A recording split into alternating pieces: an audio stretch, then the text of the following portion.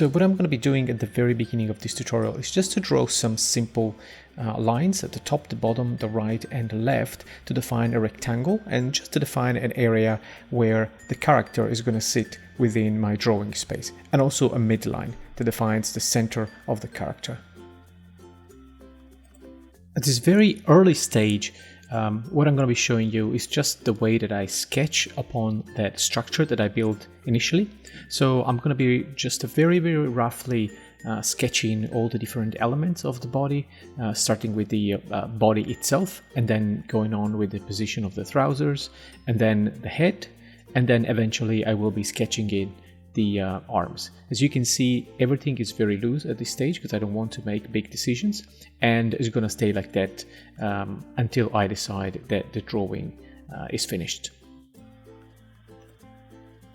Now the next step is going to be positioning the face elements, and I mean the eyes and the mouth.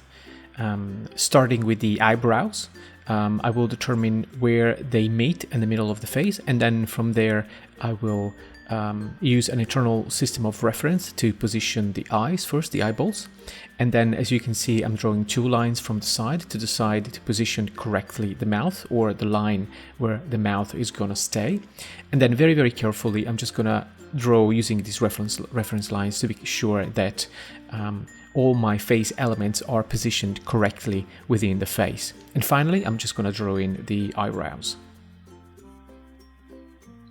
Now at this point I decided that it was time to draw the iris and the pupils of the eyes. So as you can see, drawing the eyes is very critical, and I tried to make sure that I was drawing the iris exactly the same size, and also the same size of the pupils, and that they were aligned.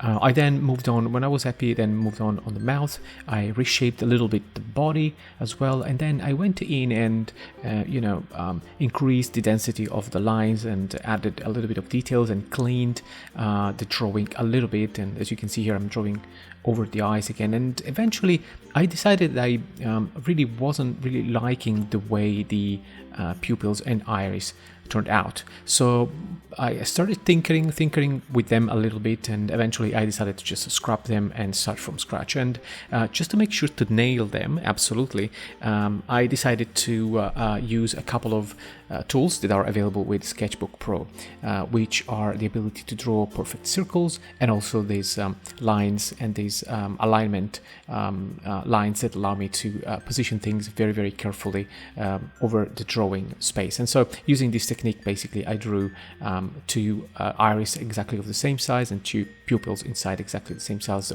that were positioned correctly within the eyeballs. At this point the drawing is basically finished, and I decided to go on and to color it.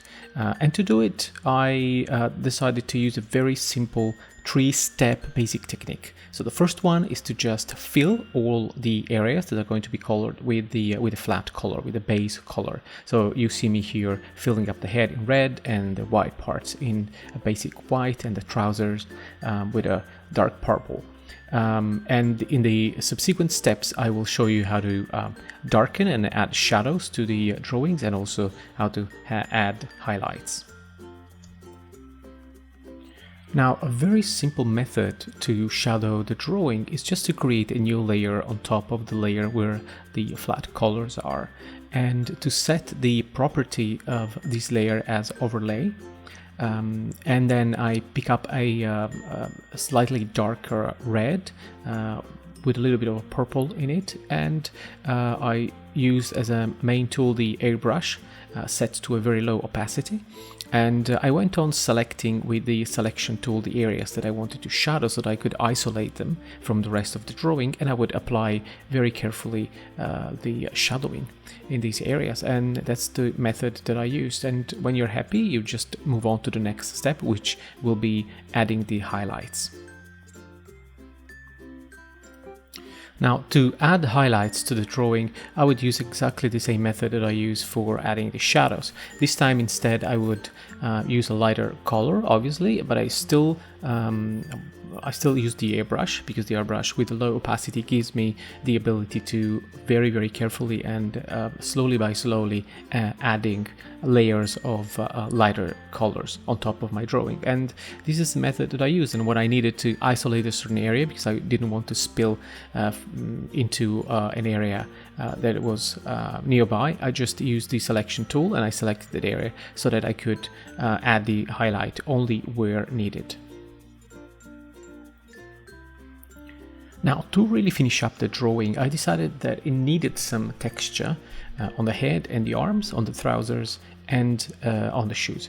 And in order to do that, it was very simple. I picked up a few brushes which had some textures to them, so it's textured brushes, and I started experimenting with them, with size and amount of pigment on them, and eventually I found a few brushes that I really liked, and that's the way that I did it. I added texture to the head, to the trousers and to the shoes, and then eventually I colored the background black to make it more similar to the source image.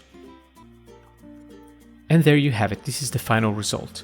I really hope that you enjoy this tutorial and that you will join me next week with a new tutorial, maybe with a different character from the movie Inside Out. From Vince and the drawingfactory.com, this is all for this week, and thank you for watching.